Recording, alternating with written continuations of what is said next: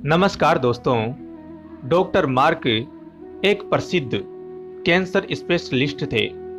एक बार वह किसी सम्मेलन में भाग लेने के लिए किसी दूर के शहर जा रहे थे। वहां उनको उनकी नई मेडिकल रिसर्च के महान कार्य के लिए पुरस्कृत किया जाना था।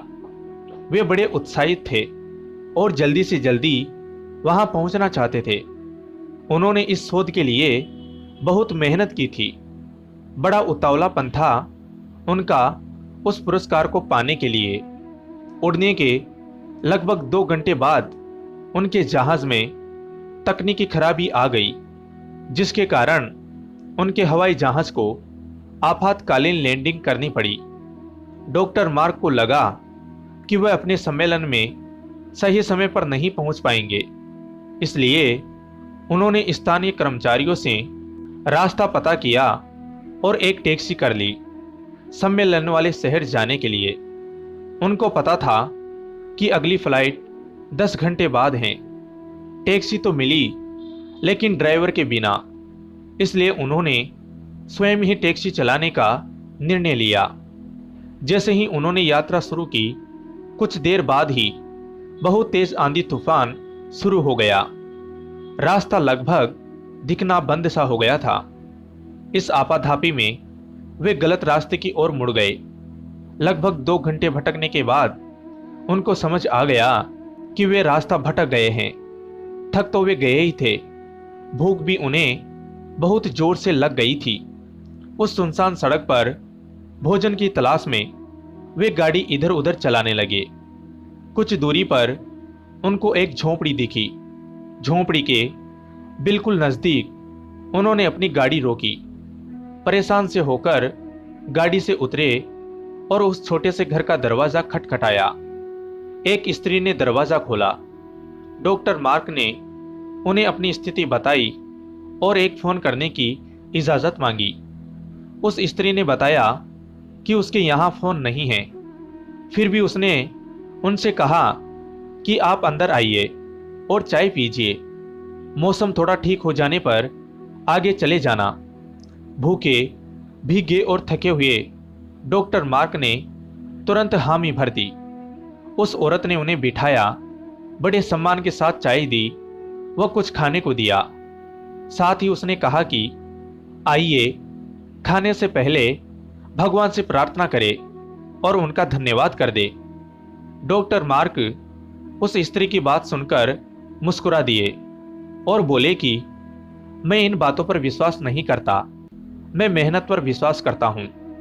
आप अपनी प्रार्थना कर ले। टेबल से चाय की चुस्कियां लेते हुए डॉक्टर मार्क उस स्त्री को देखने लगे जो अपने छोटे से बच्चे के साथ प्रार्थना कर रही थी। उसने कई प्रकार की प्रार्थनाएं की। डॉक्टर मार्क को लगा कि हो न हो इस स्त्री को कुछ समस्या है। जैसे ही वह औरत अपने पूजा के स्थान से उठी तो डॉक्टर मार्क ने पूछा कि आपको भगवान से क्या चाहिए? क्या आपको लगता है कि भगवान आपकी प्रार्थनाएं सुनेंगे? उस औरत ने धीमे से उदासी भरी मुस्कुराहट बिखेरते हुए कहा कि यह मेरा लड़का है और इसको एक रोग है जिसका इलाज डॉक्टर मार्क नामक व्यक्ति के पास है, परंतु मेरे पास इतने पैसे नहीं हैं कि मैं उन तक उनके शहर जा सकूं, क्योंकि वे दूर किसी शहर में रहते हैं। यह सच है कि भगवान ने अभी तक मेरी किसी प्रार्थना का जवाब नहीं दिया, किंतु मुझे विश्वास है कि भगवान एक न एक दिन कोई रास्ता बना ही देंगे। वे मेरा विश्वास टूटने नहीं देंगे।